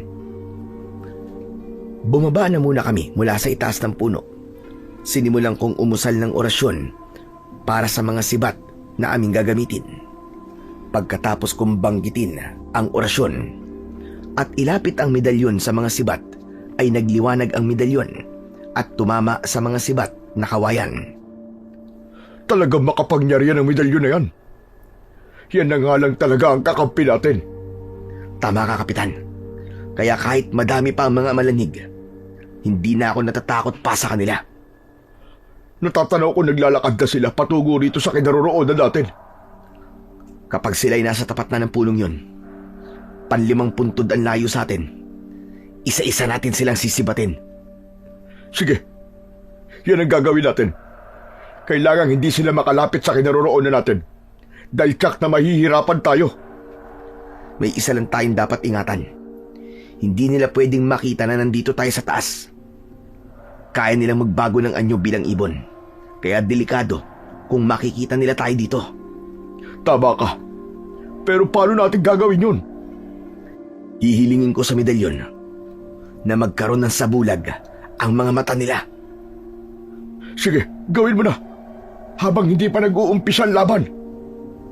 Nagdala din ako ng bawang at asin, Kapitan. Andito sa dala kong backpack. Kung sakaling makalapit sila sa atin, may panlaban pa rin tayo sa kanila. Hindi na tinatabla ng bawang at asin ang mga amalanhig. Kahit na, Kapitan, baka makatulong pa din to. Mabuti na sigurado tayo. Buhay natin na nakataya sa labang to, Kapitan. Bilib talaga ako sa iyo, Edgar. Kahit na konti nalalaman mo tungkol sa mga aswang, naihanda mo lahat ng ito. Dahil kailangan ko mabuhay, Kapitan. Hindi ako dapat mapatay ng mga masasamang nilalang na yan. Ako din, Edgar. Maglilingkod pa ako sa baryong ito. Kaya dapat tayo magtagumpay sa labang ito. Kaya dapat nating protektahan ang isa't isa laban sa mga aswang na amalanig. Oo, pangako, Edgar. Hay na sila. Malapit na sa punong sinasabi mo kanina. Ngayon na, gamitin na natin ang mga sibat. Sibatin na natin sila. Isa-isa naming pinatamaan ng sibat ang mga amalanig. Bawat tamaan nito ay bumabagsak sa lupa. Kasunod nun ay ang pag-apoy ng kanilang mga katawan. Yun ang naging bisa ng sibat na inorasyonan ko, sapagkat ang liwanag na dala ng sibat ay nagiging apoy kapag tumama sa katawan ng mga amalanig. Bagamat may ilang dipaan layo sa amin ng mga bangkay na aswang, kita ko na pinamumunuan sila ni Namang Arsenio at Aling Lourdes. Hindi nila gusto ang mga nangyayari sa kanilang mga kasamang amalanig, kaya hindi nila napigilang ilabas ang kanilang galit. Sino man kayong gumagawa nito? Lumabas kayo! Huwag kayong duwag! Ramdam ko ang galit ng pinuno ng mga amalanig dahil yon sa unti-unting paglakas ng mga kampo niya. Hindi nila kami nakikita kaya wala silang kalaban-laban. Ipinagpatuloy lang namin ni Kapitan Oka ang pagpunteriya sa kanila. Magpakita kayo sa amin! Dahil sa oras na makita ko ang pinagtataguan ninyo, humanda kayo sa ganti ko! Nasa 2 dipa na lang ang layo ni Namang Arsenio sa amin. Kaya sinubukan kong sibatin na siya. Subalit tumama lang ang sibat sa braso niya. Hindi niya yun inindaman lang. Sa halip ay hinugot niya ang panang sibat na bumaon sa kanyang braso. Lalong nanlisik ang mga mata at tuluyang napuno ng galit ang kanyang anyo. Iba ang taglay na lakas at kapangyarihan ni Mang Arsenio. Hindi natin mapapatay ang pinuno ng mga aswang gamit ng sibat. Kailangan nating umisip ng ibang paraan. Dapat malaman natin ang kahinaan niya. Doon lamang natin siya mapapatay. Kung ganun, ano ba ang kahinaan ng hinayupak na yan? Hindi ko rin alam. Dahil ang mga nalalaman ko lang ay yung mga nasaksiyan kong pakikipaglaban nun ng lolo mo. Pero kung paano eksakto sila napatay at tatalo, yun ang hindi ko alam. Anong gagawin natin ngayon, Kapitan? Teka, ipapaig ko ang sarili ko. Hindi mo gagawin yan, Kapitan. Di ba sinabi ko na kanina, sabay tayong lalaban at pareho tayong mabubuhay. Kung gagawin mo yun, para kang humihiling ng kamatayan. Pero yun lang ang paraan para makalapit tayo sa kanya. E paano kung patayin kanya kagad? Hindi niya gagawin yun. Paano ka nakakasiguro dyan? Dahil alam niya na ikaw ang kasama ko na isang antingero at maaaring gagamitin niya lang ako para mahuli ka. Anong naisip mo, Kapitan? Magkukunwari akong nahulog sa punong ito. At pagkatapos ay mawawalan ako ng malay. Siguradong pag nakita nila ako, dadalhin nila ako sa kuta nila para gamitin laban sa'yo. Hindi pa din ako kumbinsido sa plano mong yan. Pumayag ka na. Ito na lang ang naiisip kong paraan para makalapit tayo sa kanila. Hindi na kailangan yung, Kapitan. May pambulag na akong hiniling sa medalyon. Kaya kahit humarap tayo sa kanila at makasalamuhan natin sila, hindi nila tayo makikita. Ano nga yung plano mo? 2 tayong bababa sa puno at makikisalamuha tayo sa kanila. Sasama tayo sa kanilang grupo. Titignan ko kung ano ang gagawin nila ngayong gabi. Kapag tapos na sila sa pakay nila rito, uuwi din sila sa kuta nila. Susundan natin sila doon. Kaya mas makakakilos tayo ng tama at makakapag-isip ng dapat gawin. Lalo na 2 tayo. Kaya hindi tayo dapat maghiwalay. Napagkasunduan namin ni Kapitana na ituloy ang plano ko. Bumaba kami mula sa puno. Nakihalubilo kami sa mga amalanig. Wala silang kaalam-alam na may iba silang kasama. Bagamat nakakaramdam sila na may tila kakaiba sa kanilang paligid. Nakasunod lang kami ni Kapitan sa kanilang pupuntahan. Napansin ni Mang Arsenio na tahimik na ang lugar. Walang sibat na tumatama sa mga kasama niya. Ipinagtaka niya yon. Subalit ipinagpatuloy na lang nila ang kanilang pakay. Kumalat ang mga amalanig sa sementeryo. Ang mga bangkay ng taong hindi pa natatagalan sa pagkakalibing ay hinuhukay nila. Pagkatapos ay winawakwak ang katawan at saka kakainin ang mga lamang loob. Wala silang itinitira. Pagkatapos nilang gawin ang kalapastangan ng yun sa mga namatay, sama-sama silang aalis. Muling maglalakad, pabalik kung saan sila nanggaling. Kami ni Kapitan ay tahimik na sumunod lang sa kanila. Binabantayan ang bawat kilos nila hanggang makatawid na silang muli sa maliit na sapa Pagkatapos ay nagtungo sa isang kuweba malapit sa burol na hangganan ng baryo. Halos hindi mapapansin ang kuweba dahil sa mga punong tumatakip sa lagusan. Sumunod kami sa kanila hanggang sa loob. Doon na tumambad sa amin ang isang altar. May isang ribulto na may sungay ang nasa harapan ng dambana. Marahil, ayun ang kadilimang sinasamba nila. Pagdating nila sa loob, lumuhod ang lahat ng mga amalanig sa pangunguna ni Mang Arsenio at Aling Lourdes. Matapos yun, ay nagsalita na sa harap ng mga kasama si Mang Arsenio. Kami ni Kapitana ay nasa gilid lang ng kuweba, nakatago sa isang malaking bato, nakamasid sa lahat ng ginagawa nila. Malapit nang dumating ang kabilugan ng buwan. Ito na ang pinakihintay nating lahat. Tama ka, Arsenio. Subalit hindi pa tayo handa para sa pag-aalay.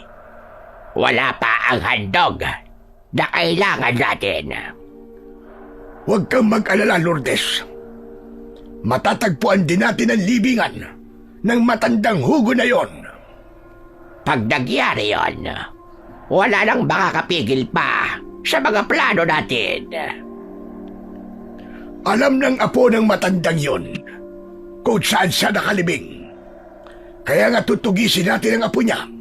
Pagkatapos, papaaminin natin siya kung saan ang libingan ng hugo na yon na kanyang lolo. E paano kung hindi niya sabihin sa atin? Pipilitin natin siya sapagkat yun lang ang tanging paraan para mabuhay tayo katulad ng mga tao at bumalik sa dati nating katawan na hindi ganito na naaagnas. Ang pag-aalay sa bangkay ng taong pumatay sa atin kapalit ng ating muling pagkabuhay kagaya ng dati. Nanginig ang buong katawan ko sa narinig ko. Hindi ko inaasahan na ang bangkay ng lolo ko ang kapalit ng buhay nila. Hindi ako makakapayag na gambalain nila ang pananahimik ng lolo ko. Anong plano mo ngayon, Edgar? Umalis na po tayo sa lugar na to. Bumalik na po tayo sa sementeryo. Uunahan natin ang plano nila. Huhukayin natin ang mga labi ng lolo mo. Tama kayo. At ililipat ko yon sa bakuran ng bahay namin. Doon, hindi niya iisiping doon nakalibing ang lolo ko. Mas madali kong mapoprotektahan yun laban sa kasamaan nila. Tayo na, bago pa mawala ang bisa ng tagabulag. Wala kaming sinayang na oras ni Kapitan. Nang gabing yun, hinukay namin ang libingan ni lolo. Binuksan ang kanyang kabaong. Kinuha namin ang kanyang mga buto. Saka isinilid yun sa sakong nakuha namin sa tabi ng puntod ni tatay. Pagkatapos ay umuwi na kami sa aming bahay. Wala nang bisa ang tagabulag, kaya nakita na kami ni nanay. Aba, sandali. Anong laman ng sakong yan, anak? Nay, mga buto po ito ni lolo. Ano ka mo? Pero bakit nandyan sa sako? Hinukay po namin ni Kapitan. Bakit nga? Nananahimik na ang lolo mo. Bakit kailangan gawin mo pa yan?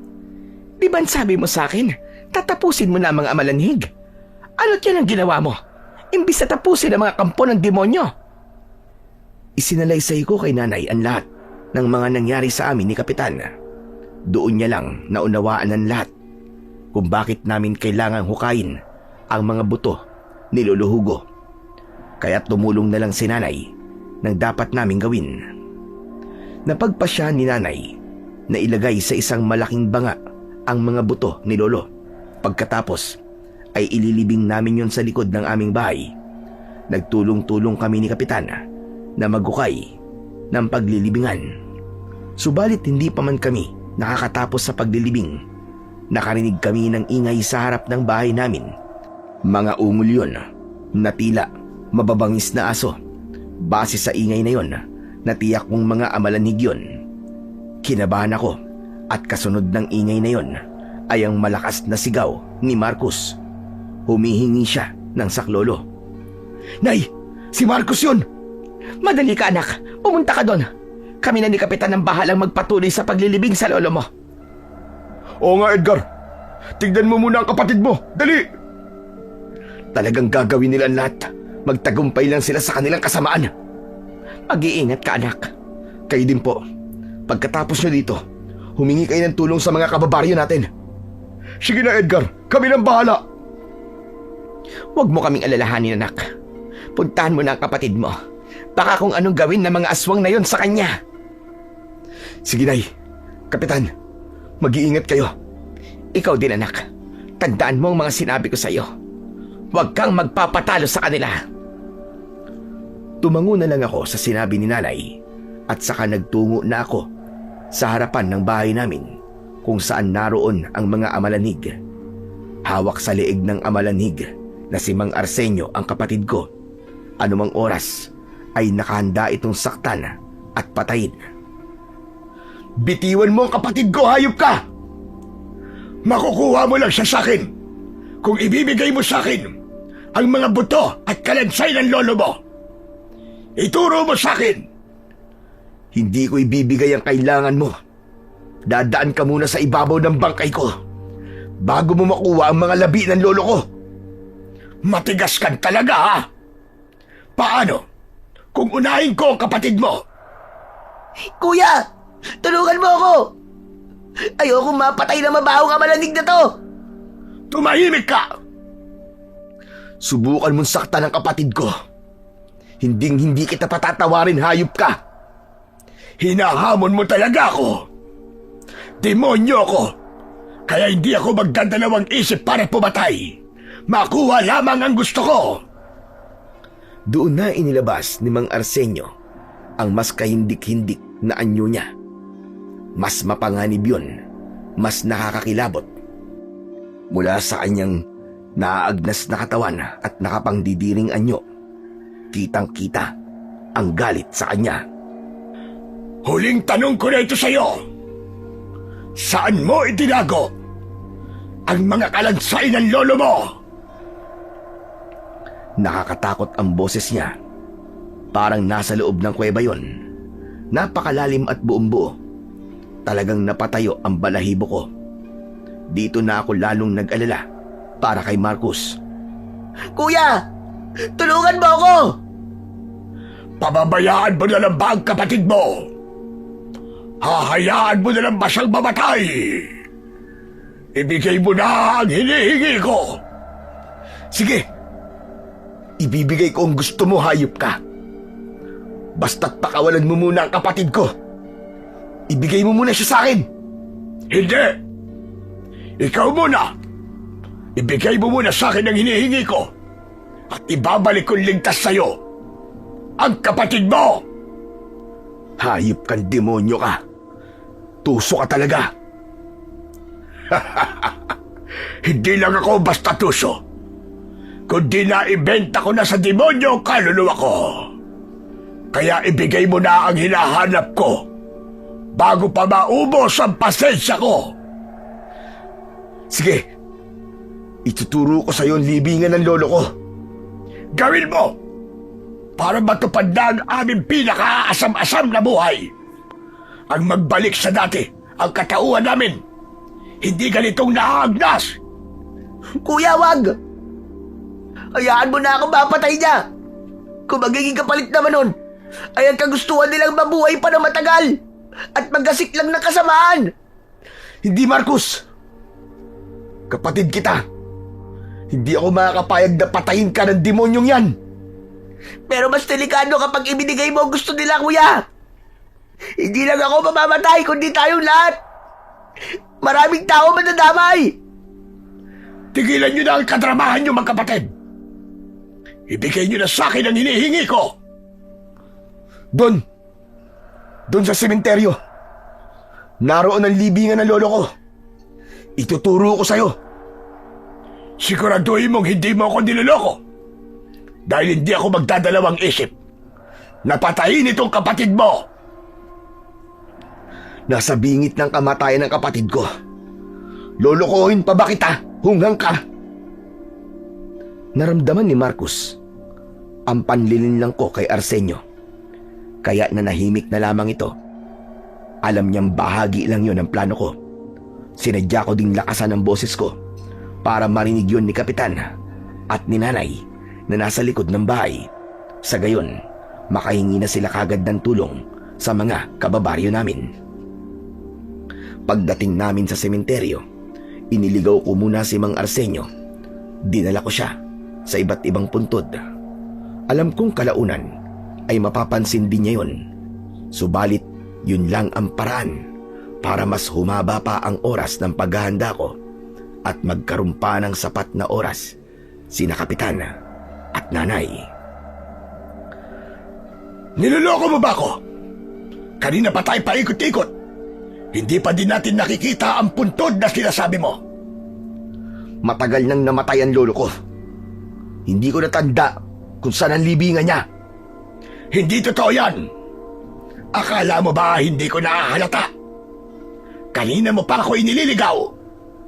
Bakit ko naman gagawin yun? Eh, hawak mo nga ang kapatid ko. Tumigil ka. Nauubos na ang pasensya ko. Tutuluyan ko na itong kapatid mo. Wag! Wag! Ito na. Dadali na kita sa totoong libingan ng lolo ko. Siguraduhin mo lang. Dahil alam mo na ang susunod na mangyayari. Sa pagkakataong ito, dinala ko na siya sa totoong libingan ni Lolo. Nang makita niya sa lapida ang pangalan ni Lolo, binitiwan niya si Marcos at agad siyang sumunggab doon. Hindi niya agad napansin ang panloloko ko sa kanya. Hindi niya napansin na bagong tabon lang ang mga lupa sa puntod. Dahil matapos naming kunin ang mga buto ni Lolo, tinakpan ulit namin ang libingan. Nag-umpisa siyang maghukay sa lupa gamit ang kamay na may mahahabang kuko. Hindi niya napansin ang pag-alis at pagtakas namin ni Marcos. Sinamantala namin ni Marcos ang pagkakataon na yon. Nagtungo kami sa kuweba kung saan naroon ang mga kasamahan ni Mang Arsenio. Naabutan namin silang naghahanda para sa isang pag-aalay. Wala silang kamalay-malay na nakamasid na kami sa kanila. Napansin ko ang pag-ilaw sa gitnang bahagi ng noo ng ribulto na may sungay. Hindi yun umiilaw nung unang nakita ko yun. Nakasama si Kapitan. Anong gagawin natin, kuya? Madami sila. Hindi natin sila kakayanin ng sabayang laban. May naiisip akong paraan, Marcos. Ano yung kuya? Papuntahin sila sa ilog. Ha? Pero paano natin gagawin yon? Ikaw, Marcos. Ikaw ang magpapapunta sa kanila sa ilog. Magpapahabol ka sa kanila. Ano? Ipapain mo ko sa mga malanig? Ang sama mo naman, kuya. Huwag kang mag-alala. Hindi ka nila masasaktan. Basta't bilisan mo lang tumakbo. At ako nang bahala. Kainis ka naman, kuya. Ayoko. Natatakot ako. Hindi pa man natatapos na magsalita si Marcos, itinulak ko na siya dahilan para malantad siya sa lahat ng mga aswang na amalanig. Ako naman ay nagpatuloy sa pagtatago dito sa isang malaking bato. Wala na nun ang bisa ng tagabulag dahil kausap ko ang kapatid ko. Puisit ka, kuya. Isusumbong kita kay nanay. Napangiti pa ako ng bagya sa pagmamaktol na yon ni Marcos. Pero kahit ganon, sinunod pa din niya ako. Mga mabaho ka malanig! Habulin niyo ako! Dahil sa pagsigaw na yon ni Marcos, nakuha niya ang atensyon ng lahat ng mga aswang na naroroon. Naniniwala ako sa iyo, kapatid ko. Bilisan mo ang pagtakbo mo sa ilog para magawa ko ng dapat kong gawin. Habang hinahabol siya ng mga amalanig, ay hindi ko inalis ang tingin ko kay Marcos dahil sa sandaling lahat ng aswang na yon ay nasa ilog na. Yun na ang hinihintay ko. Kaya konti na lang. Ilang hakbang na lang. Binibilang ko na ang bawat hakbang nila. 3 hakbang. 2. 1. Hanggang sa lahat sila ay nasa ilog na. Kaya yun na ang tamang pagkakataon. Katapusan nyo na ngayon, mga pangit na aswang! Mabilis akong tumakbo patungo sa pampang ng ilog habang kinukuyog nila ang kapatid kong si Marcos. Wala silang kamalay-malay sa gagawin kong pagpuksa sa kanila. Nang makarating na ako sa gilid ng ilog, agad kong inilubog sa tubig ang medalyon ko. Dahil doon, unti-unting uminit ang tubig hanggang unti-unting kumulo ang tubig nito. Marcos! Umahon ka sa ilog! Bumalik ka na dito sa akin! Bilisan mo! Hindi ako makalis, kuya! Hinaharangan ako ng mga aswang! Hindi ko din maiakbang ang pako dahil sa sobrang init! Kuya! Nangihina na ako! Anak ng putya, anong gagawin ko? Si Marcos, kasama siyang maluluto sa ilog. Kuya! Tulungan mo ako! Kuya! Mula sa kabilang panig ng ilog, nakita kong paparating si Mang Arsenio. Nagliliyab sa galit ang mga mata nito. Natuklasan niya na ang panlilinlang ko sa kanya. Walang hiya ka! Ito pala ang plano nyo! Hindi kayo magtatagumpay! Panginoon Diyos, anong gagawin ko? Ang kapatid ko hindi pwedeng kasama siyang maluto sa ilog na to. Kung ititigil ko naman to, makakaligtas sila. Lalo kami mapapahamak. Panginoon, tulungan mo ako. Walang dasal o panalangin mo ang makapagliligtas sa kapatid mo ngayon! Pagkasabi nun, lumusong siya sa kumukulong tubig. Hindi ininda ni Mang Arsenio ang init ng kumukulong tubig. Tunay, naigit siyang makapangyarihan kaysa sa mga kasama niya na ngayon ay unti-unti nang nawawalan ng buhay. Matapos niyang lumusong sa tubig, agad niyang kinuha ang kapatid ko. Pinasan niya, dinala sa kabilang panig ng ilog. Nanghihina na si Marcos. Itigil mo na ang ginagawa mo! Kundi papatayin ko talaga ang kapatid mo! Hindi ako maaaring tumigil ngayon. Kailangan kong makaisip ng paraan kung paano ko siya matatalo. Pero paano ang kapatid ko? Paano? Halos wala ng lakas si Marcos ng mga sandaling yon. Hindi na din siya makapiglas pa. Kaya inihiga na lang siya ni Mang Arsenio sa lupa. Pagkatapos ay iniamba ang mahahabang kuko sa dibdib ng kapatid ko. Dahil sa takot, napasigaw ako ng malakas. Wag! Wag! Wag mong sasaktan ang kapatid ko! Gagawin ko na ang gusto mo! Gagawin ko na! Sigurado ka bang hindi mo na ako lolokohin ngayon? Dahil huling pagkakataon mo na ito. Oh, hindi na! Hindi na kita lolokohin! Pabayaan mo na ang kapatid ko!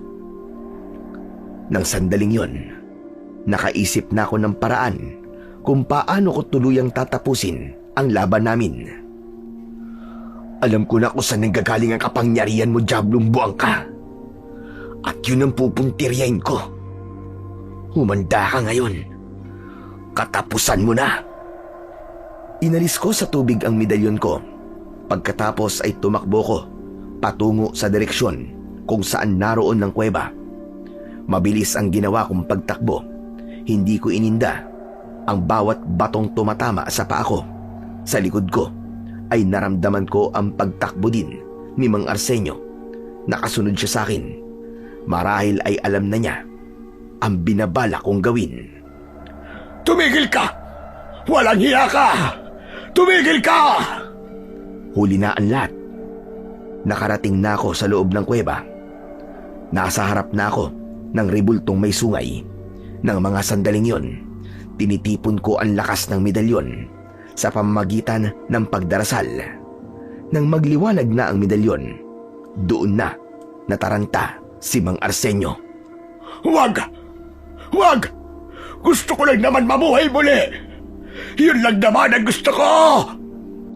Ang nilalang na namatay na ay sa libingan na naninirahan at hindi na dapat nakikihalubilo pa sa mga nabubuhay. Masisisi mo ba ako? Kami ng angkal ko. Hindi namin gustong mamatay noon. Pero inubos ng lolo mo ang lahi namin. Dahil naging masama kayo noon. Pumapatay kayo para sa pansariling pagnanasa sa laman at dugo. Dahil yun ang likas namin. Kahit pigilan namin ang aming mga sarili, hinahanap yun ang katawan namin. Yun ang nagpapalakas sa amin. Kung kaya, talagang wala kayong karapatang mabuhay pa. Mga diablong buang kayo. Hindi namin ginustong maging aswang. Hindi kami ang pumili sa dugong nananalaytay sa amin. Maawa ka! Maawa? Naawa ba kayo sa mga naging biktima nyo? At isa pa, may karapatan kayong pumili sa tama at mali. At pinili nyo ay yakapin ang kasamaang nasa inyong dugo. Kaya nga wala kayong karapatang mabuhay. Tuluyang ko nang winakasan ang mga aswang na amalanig. Inilagay ko ang medalyon ko sa sentro ng noo ng ribultong may sungay. Pagkatapos ay nagliwanag yon hanggang sa umapoy.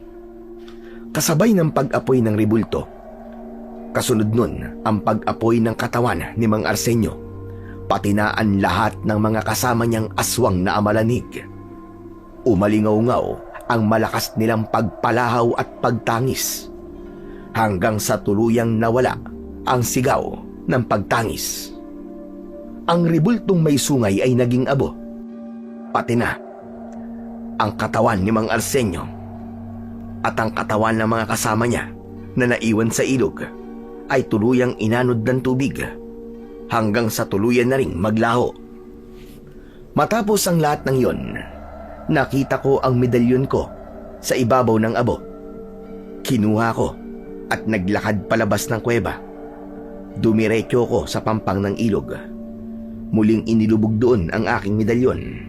Dahil doon, bumalik sa normal ang lamig ng tubig nito. Saka ako tumawid at naglakad papalapit sa kapatid ko. Nakahiga pa din siya sa lupa at nangihina. Itinapat ko sa dibdib niya ang medalyon ko hanggang sa muling dumilat ang kanyang mga mata. Kuya, ano nangyari? Wala na. Tapos na, Marcos. Wala na mga aswang. Patay na silang lahat. Nagtagumpay tayo. Salamat kung ganun. Salamat. Pero kuya, huwag mong kalimutan na sinabi ko kanina, ha? Isusumbong pa din kita kay nanay. Oo na, naalala ko na.